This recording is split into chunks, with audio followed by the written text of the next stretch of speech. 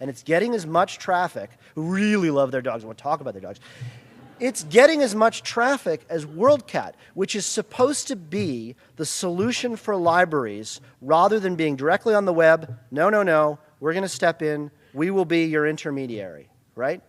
Libraries are like a cornerstone of civilization. They deserve better than Dogster.com.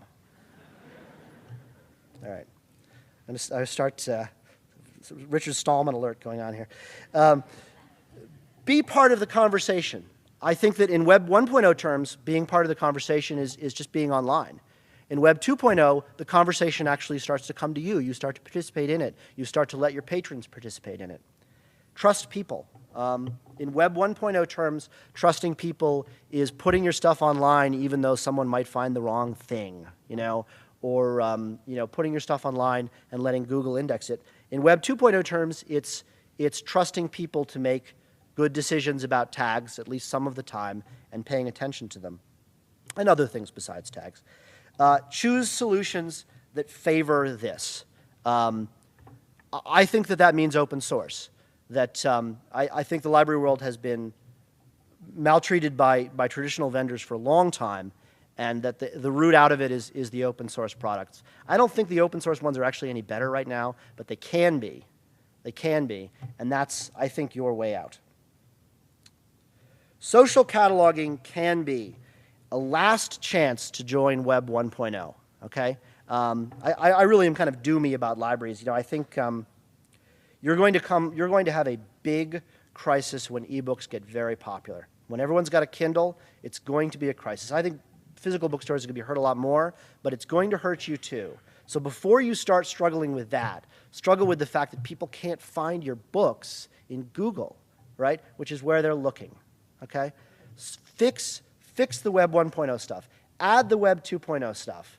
And then you will be ready for digitization. And I think you survive it, you can prosper in it, but it is a big thing coming up, and libraries are, I believe, quite behind.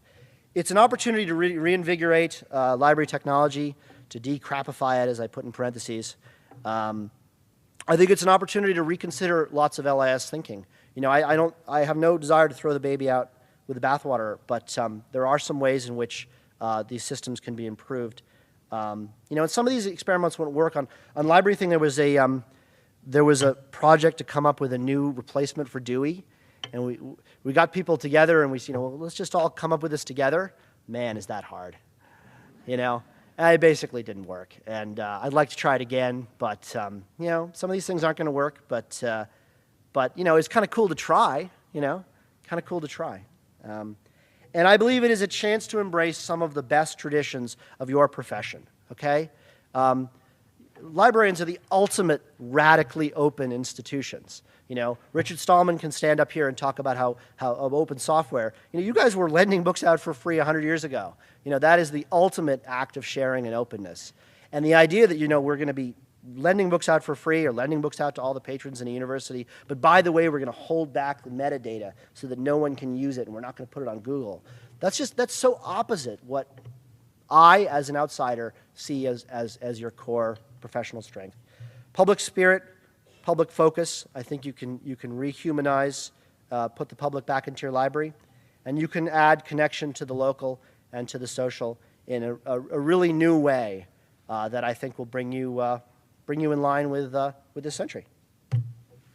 Thank you very much.